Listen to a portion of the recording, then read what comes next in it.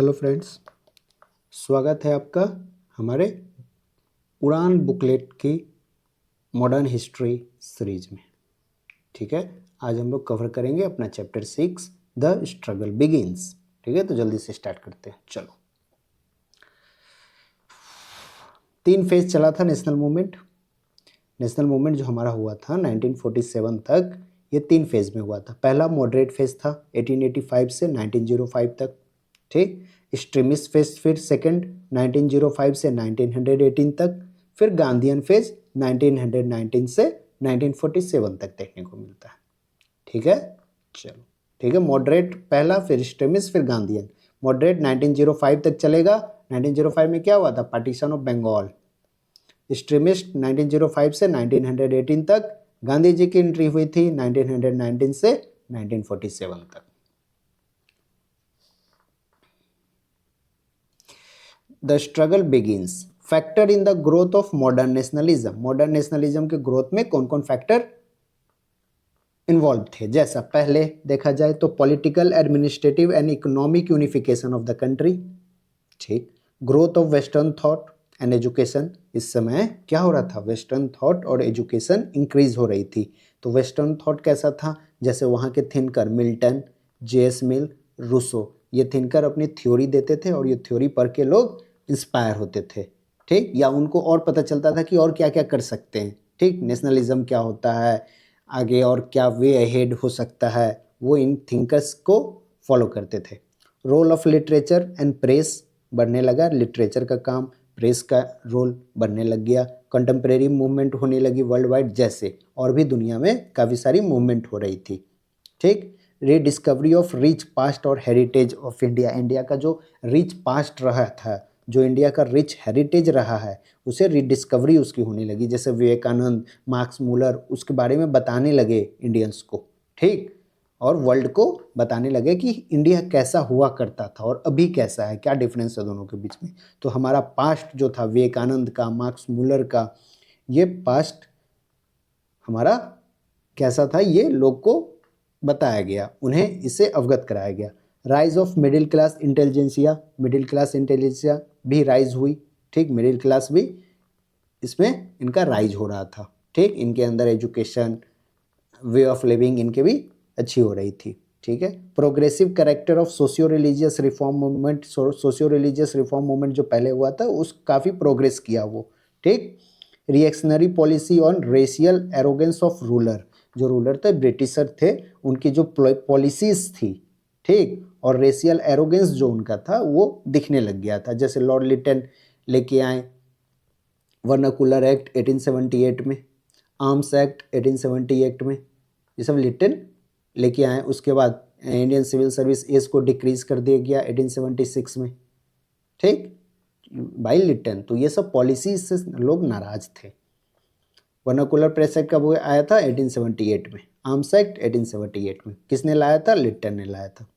अब देखो, Indian National Congress के पहले कुछ पॉलिटिकल एसोसिएशन बन के आए। इंडियन नेशनल कांग्रेस तो 1885 में बना। अब इसके पहले कुछ पॉलिटिकल एसोसिएशन बने थे बंगाल में और बॉम्बे प्रेसिडेंसी में। तो ये अब हम देखेंगे कि कौन कौन पॉलिटिकल एसोसिएशन थे। पहला था बांग भाषा परीक्षा सभा। बांग भाषा परीक्षा सभा कब बना था? 1836 में इसका फॉर्मेशन किया गया था। किसके द्वारा किया गया था? तो राजा राम मोहन रॉय जी के द्वारा किया गया था। तो बांग भाषा परीक्षा सभा 1836 में फाउंड किया गया बाय राजा राम मोहन रॉय। ऑब्जेक्टिव क्या था? The objective of the organisation was to promote Bengali education. ठीक है, बंगाली एजुकेशन को प्रमोट करने के लिए बंग भाषा परीक्षा सभा, परीक्षा नहीं है, प्रकाशिका सभा, बंग भाषा प्रकाशिका सभा को बनाए राजा राम मोहन रॉय जी 1836 में। पहला एसोसिएशन ये देख लिया हम लोग। दूसरा एसोसिएशन है जमींदारी एसोसिएशन, जो 1837 में बनाया गया। ठीक, it mark the beginning of mass movement in India. It was found for the protection of landlord. Landlord के प्रोटेक्शन के लिए जमींदारी एसोसिएशन बनाया गया था। ठीक है, इसको लैंड होल्डर सोसाइटी भी कहते हैं। जमींदारी एसोसिएशन को लैंड होल्डर सोसाइटी भी कहते हैं। और क्यों बनाया गया? For the protection of landlords. बंग भाषा प्राकशिका सभा क्यों बनाया गया? 1836 में राजा राम मोहन रॉय जी ने बंगाली एजुकेशन के लिए बनाया। जमींदारी लैंड होल्डर सोसाइटी भी कहते हैं, जमींदार के या लैंडलॉर्ड के प्रोटेक्शन के लिए। बंगाल ब्रिटिश इंडिया सोसाइटी ये बना 1843 में। नाम क्या है? Bengal British India society. तो ये कहाँ बनेगा? Bengal British India society Calcutta में बनेगा। 1843 में बना। ठीक है, क्यों बना? क्योंकि ये इंडिया का जो इंडियन थे इसके एक्चुअल कंडीशन के बारे में इंफॉर्मेशन कलेक्ट करना चाहते थे। ठीक है, तो बंगाल ब्रिटिश इंडिया सोसाइटी क्यों बना? For the collection of information regarding actual condition of people in India. India में रहने वाले लोग को एक्चुअल कंडीशन क्या है उसका डाटा कलेक्ट करेंगे। ठीक है, और वो डाटा कलेक्ट करके लोगों तक पहुंचाएंगे। इट वॉज एन एंटी जमींदार organisation. It sent petition for employment of Indians in public office and judicial reform। अभी तक हम लोगों ने 3 देखा। बंग भाषा प्राकशिका सभा 1836 में बना, जमींदारी एसोसिएशन 1837 में, 1843 में बंगाल ब्रिटिश इंडिया सोसाइटी बना। ठीक है, ये क्यों बना? ये बना to collect the information of real situation of Indians. ठीक, जमींदारी बना लैंडलॉर्ड्स के प्रोटेक्शन के लिए, बंग भाषा प्राकशिका सभा बना बंगाल एजुकेशन को प्रमोट करने के लिए। फिर आया British India association. British India association भी कहाँ बना? ये बंगाल में ही बना था। इसके प्रेसिडेंट थे राधाकांत देव और सेक्रेटरी थे देवेंद्र नाथ टैगोर। ठीक, इसके क्वेश्चन आ जाएगा कि इसके प्रेसिडेंट कौन थे? तो वो थे राधाकांत देव। ठीक, ब्रिटिश इंडिया एसोसिएशन के प्रेसिडेंट राधाकांत देव जी और इसके सेक्रेटरी थे देवेंद्र नाथ टैगोर। चलो, ये कैसे बना? ये ना जमींदारी एसोसिएशन और बंगाल ब्रिटिश इंडिया सोसाइटी को मर्ज कर कर इन्होंने बनाया ब्रिटिश इंडिया एसोसिएशन। ये दोनों को मर्ज कर दिए और एक नया बनाया है ब्रिटिश इंडिया एसोसिएशन। ठीक है, चलो। और ये ब्रिटिश इंडिया एसोसिएशन जो था वो 1853 का जो चार्टर एक्ट आया था उसमें अपने काफ़ी सारे सजेशंस भेजे थे इन्होंने। ठीक है, जैसे यूनिवर्सिटी को इस्टेब्लिश कर दो। ठीक, सेपरेट लेजिस्लेचर लेके आओ, जुडिशियल और एग्जीक्यूटिव को सेपरेट करो, सैलरी इंक्रीज करो, और जो हायर ऑफिसर हैं उनकी सैलरी में रिडक्शन चाहिए होता था। ठीक है, उनको रिड्यूस करो उनकी सैलरी। ठीक, abolition of salt duty, salt duty को एबोलिश करो। अकबरी टैक्स हटाओ। अकबरी टैक्स होता है टैक्स ऑन अल्कोहल। अल्कोहल के ऊपर जो टैक्स था उनको हटाने का डिमांड था ब्रिटिश इंडियन एसोसिएशन का। ठीक है, चलो। राधाकांत देव और देवेंद्र नाथ टैगोर, यहाँ यही ध्यान रखना है कि ब्रिटिश इंडिया एसोसिएशन के प्रेसिडेंट थे राधाकांत देव और सेक्रेटरी है देवेंद्र नाथ टैगोर। फिर बना east India association. East India association बना 1866 में। कहाँ बना? तो ये बना लंदन में। किसने बनाया? तो ये बनाया दादा भाई नौरोजी ने। दादा भाई नौरोजी लंदन आते जाते रहते थे। ठीक है, तो इनका यहाँ से ज़्यादा काम वहीं है। तो east India association Dadabhai Naoroji 1866 London. क्यों? To influence public figure of England for promotion of Indian welfare and discuss Indian question. It branches were later organise in prominent Indian cities. ये लंदन में जाकर क्या करते थे दादा भाई नौरोजी जी? वहाँ की जो फेमस पब्लिक फिगर हैं, ठीक है, या वहाँ की जनता भी है, उसे अवगत कराते थे कि इंडियंस का क्या हाल है, इंडिया में इंडियंस कैसे रह रहे हैं, और इंडियन वेलफेयर की बात उठाते थे लंदन में दादा भाई नौरोजी।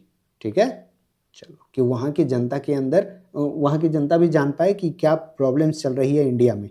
ठीक, और उससे वहाँ भी प्रेशर बढ़ेगा सरकार के ऊपर। ठीक, कि कैसे यहाँ ये लोग गलत कर रहे हैं। चलो, 1866 में ईस्ट इंडिया एसोसिएशन, कहाँ? लंदन में, Dadabhai Naoroji. British India Association Radhakant Dev देखे और देवेंद्र नाथ टैगोर देखे। राधाकांत देव इसके प्रेसिडेंट थे और देवेंद्र नाथ टैगोर सेक्रेटरी थे। ये जमींदारी वाला और बंगाल ब्रिटिश इंडिया सोसाइटी को मर्ज करके बनाया गया था। East India Association 1866। India League 1875। India League 1875 में बना। किसने बनाया? शिशिर कुमार घोष ने बनाया। ठीक, क्यों? नेशनलिज्म को प्रमोट करते थे और पॉलिटिकल एजुकेशन को प्रमोट करते थे। तो इंडिया लीग 1875 शिशिर कुमार घोष।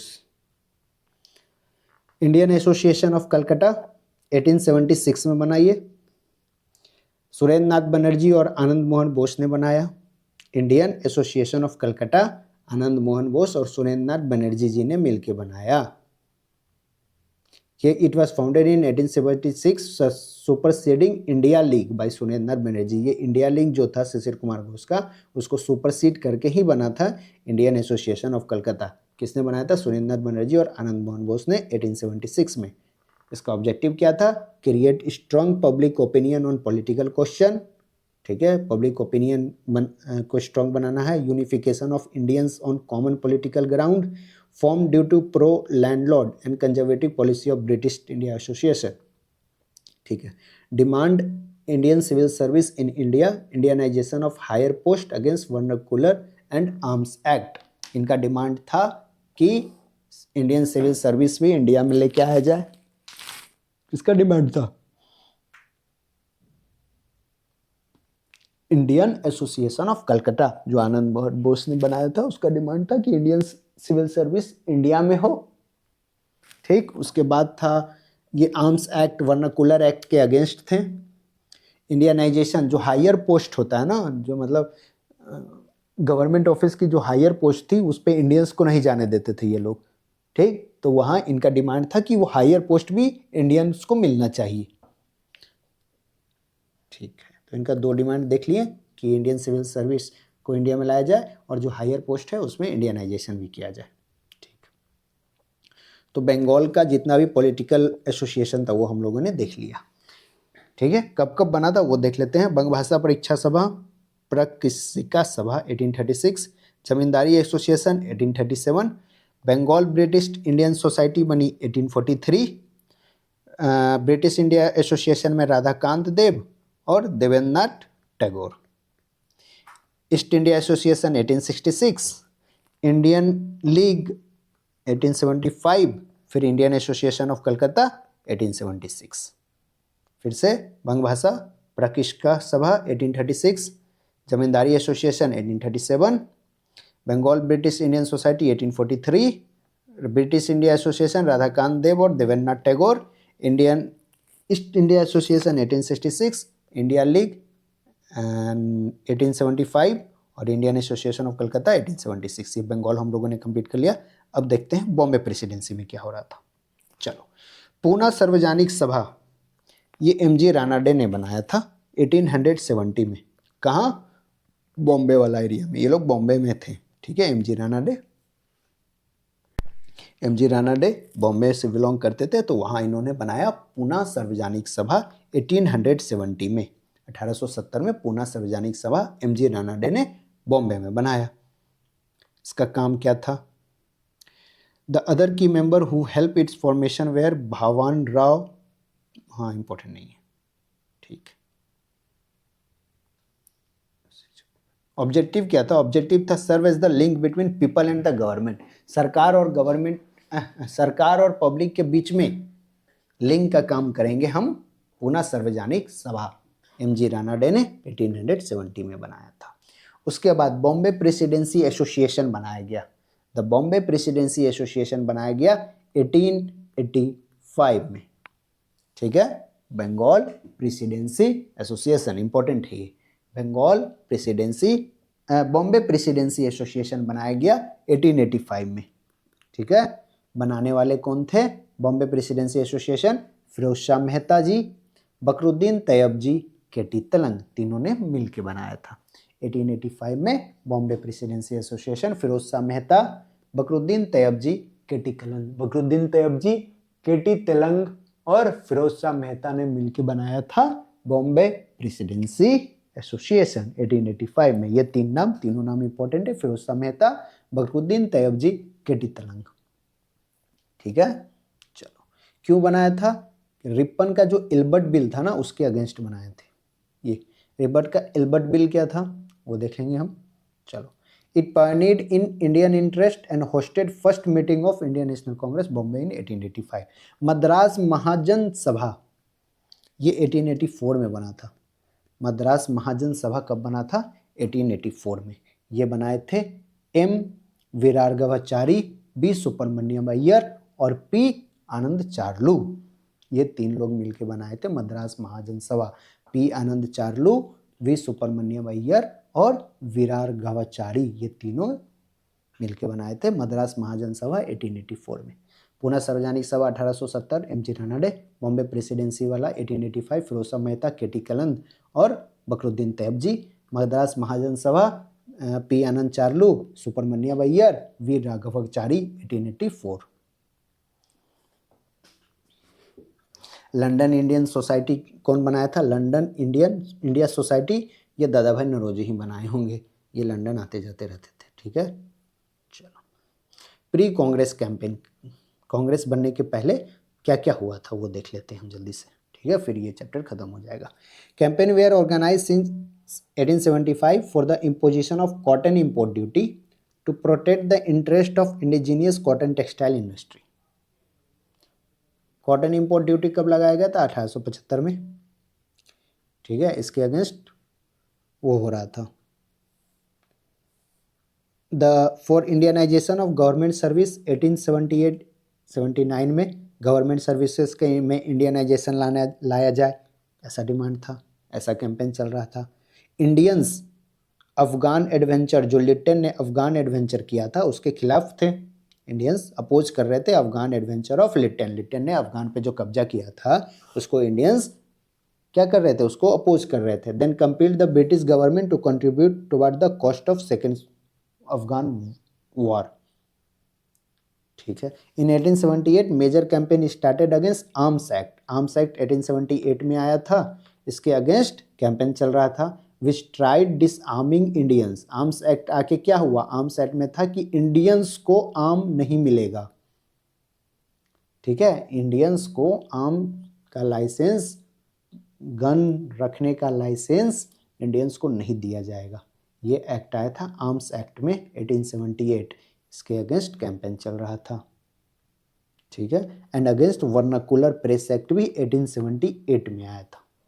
ठीक, तो इसके अगेंस्ट भी चल रहा था। Which try to control Indian press. Vernacular press act क्या था? वो प्रेस पे कंट्रोल लाने के लिए ये एक्ट लाया गया था। Vernacular press act later repealed by Ripon in 1881। 1881 में रिपन ने वर्नाकुलर प्रेस एक्ट को रिपील कर दिया। चलो, इल्बर्ट बिल लेके आए थे 1884 में रिपन। इल्बर्ट बिल कौन लाया था? तो रिपन लाया था। इसमें क्या था? रिपन ने ये एक्ट में इल्बर्ट बिल में लेके आया कि इंडियन जज अब ब्रिटिशर्स को ट्रायल पे ला सकते हैं। ठीक, मतलब अगर कोई ब्रिटिशर्स गिल्टी है या कल्प्रिट है, ठीक है, तो इसका ट्रायल इंडियन जज के सामने भी चल सकता है। पहले ऐसा नहीं हुआ करता था, यूरोपियंस को इंडियन जज ट्रायल नहीं करेंगे, लेकिन इल्बर्ट बिल में रिपन ने ये प्रावधान लाया कि अब इंडियन जज भी यूरोपियंस को ट्रायल कर सकते हैं। अब इसके अगेंस्ट पूरा ब्रिटिशर्स नाराज। ठीक है, कि भाई अंग्रेज को इंडियन कैसे ट्रायल कर देगा? अंग्रेज कोई कांड करेगा, ठीक है, तो उसका जज इंडियन रहेगा। ये लोग एकदम नाराज। ठीक, रिवोल्ट कर दिए थे लंदन में वहाँ का पब्लिक कि ऐसे कैसे क्या ही रेसिस्ट आदमी है भाई लोग। ठीक, Indians agitated the right to join semi-military volunteer corps in 1885, which were restricted to Europeans. ठीक, they also organized campaign in Britain appealing voters to vote for pro-India leaders. pro-India leaders के लिए vote करने का appeal वहाँ कर रहे थे Britain में लोग। ठीक है, कि जो जैसे ब्रिटेन में इलेक्शन होगा तो प्रो इंडिया का जो भी लोग रहेंगे वो इलेक्शन में खड़ा हुए, तो प्रो इंडियन जो है ना उनको वोट करो। ठीक, कि जब वो जीत के आए तो इंडिया के बारे में बात करें, इंडिया को फ्रीडम दे दें। चलो, in 1881-82 they had organise a protest against the plantation labour and inland immigration act which condemn reducing plantation labour to serfdom. All India fund for political association agitation were raised in 1883 for that it would have allowed funding Indian campaign in India as well as England. ठीक है, in support of Ilbert bill by lord Ripon as it would have allowed the Indian magistrate to try Europeans in the court of law. ठीक है, court of law में, court में अब Indian magistrate भी Europeans का trial कर सकते हैं। ये बाद में ये रिपील कर दिया गया था। ठीक है, इल्बर्ट लेके आया था 1884 में, बट ये फिर रिपील कर दिया गया था। क्यों? इतना रिवोल्ट हो गया ना, रिवोल्ट बाई ब्रिटिश वुमेन, जमींदार, ब्रिटिशर्स सब रिवोल्ट करने लग गए थे, ब्रिटिश वुमेन भी रिवोल्ट करने लग गई थी भाई साहब। Against reduction in maximum age in civil services, civil services में जो मैक्सिमम एज है उसमें कम करने के अगेंस्ट चल रहा था। Promulgated reduction of age under Lytton, Indian civil service agitation was led by the Indian Association under SN. Banerjee. SN. Banerjee यहाँ हम लोग पढ़े थे कि एस.एन. बनर्जी जो थे ना, एस.एन. बनर्जी ये इंडियन सिविल सर्विस का काफ़ी डिमांड उठा रहे थे इंडियन एसोसिएशन वाले। चलो, बाद में इल्बर्ट बिल को जब रिपील किया गया तो उसकी जगह पर आया सीपीसीए एक्ट। तो सीपीसीए एक्ट में 50% रखा गया। ठीक है, कि 50% केसेस में इंडिया जज रहेंगे और बाकी 50% में नहीं रहेंगे। चलो, यूरोपियंस का अगर 100% केस है तो 50% इंडिया के सामने, इंडियन जज के सामने होगा और 50% कहीं किसी और जज के सामने होगा। तो ये हम लोगों ने कंप्लीट किया। यहाँ देखना था कि वर्नाकुलर प्रेस एक्ट कब आया था, 1878 में। आर्म्स एक्ट 1878 में। कौन लेके आया था? तो लिट्टन लेके आया था। वर्नाकुलर प्रेस एक्ट को रिपील किसने किया था? रिपन ने किया था। कब किया था? 1881 में किया था। 1884 में रिपन ने इल्बर्ट बिल लेके आया। इल्बर्ट बिल बाद में वापस आ गया तो वापस हो गया तो सीपीसीए एक्ट आया, जिसमें 50% इंडियंस ट्रायल कर सकते हैं यूरोपियन का। इल्बर्ट बिल में था कि अब यूरोपियंस को भी इंडियन जज के सामने जाना पड़ेगा, लेकिन वो रिमूव हो गया भाई, पास नहीं हो पाया था। ठीक है, तो अपन ने ये चैप्टर कंप्लीट कर लिया हम लोगों ने, चैप्टर 6। ठीक है, चलो क्या क्या देखा रिवाइज कर ले। इधर तो हो ही गया है। पुनः Sarvajanik Sabha 1870, M G Ranade, Bombay में बन रहा था। फिर Bombay presidency association, Firoz Shah Mehta, Badruddin Tyabji, K T Telang, 1885। 1884 में मद्रास महाजन सभा, वी राघवचारी, वी सुब्रमण्यम अय्यर और आनंद चार्लू। ठीक, कॉटन इम्पोर्ट ड्यूटी 1875 में। वर्नाकुलर प्रेस एक्ट देख ही लिए, रिपन इसे रिपील कर दिया था। इल्बर्ट बिल आया था 1884 में, सब देख ही लिए। सीपीसीए एक्ट आया जब इल्बर्ट बिल वापस हो गया तो। फिर इधर था कि बंगाल में कौन कौन एसोसिएशन बना था, तो बंग भाषा प्राकाशिका सभा 1836 में बना था, राजा राम मोहन रॉय ने बनाया था बंगाल एजुकेशन के लिए। जमींदारी एसोसिएशन 1837 में बना था, लैंडलॉर्ड के प्रोटेक्शन के लिए। ठीक है, इसे हम लोग लैंड होल्डर सोसाइटी भी बोलते हैं। बंगाल ब्रिटिश इंडियन सोसाइटी 1843 में बना था, ये कलकत्ता में बना था। क्यों? ये एक्चुअल कंडीशन ऑफ इंडियंस को क्या करते थे? कलेक्ट करते थे और उसको स्प्रेड करते थे। British Indian society Radhakant Dev और देवेंद्रनाथ टैगोर इसमें थे। और ये 1853 का चार्टर एक्ट को बहुत सारा सजेशंस भी भेजा था। अकबरी टैक्स क्या है? अल्कोहल पे टैक्स। साल्ट ड्यूटी हटाने का भी बात किया था ये लोग। चलो, ईस्ट इंडिया एसोसिएशन 1866 में, लंदन, दादा भाई नरोजी। India League 1875, Shishir Kumar Ghosh, Shishir Kumar Ghosh. ठीक है, Indian association act of Calcutta तो 1876। ठीक है, ये बना था और ये इंडिया लीग को ही सुपरसीड किया था। इसमें सुरेंद्र नाथ बनर्जी और आनंद मोहन बोस थे। सुरेंद्र नाथ बनर्जी इंडियन सिविल सर्विस के बारे में डिमांड रख रहे थे। वो चाह रहे थे कि हायर पोस्ट पे भी इंडियनाइजेशन हुआ जाए, जो हायर पोस्ट है वहाँ भी इंडियंस को वो पोस्ट दिया जाए। चलो, ये अपना ये चैप्टर खत्म हो गया, चैप्टर नंबर 6।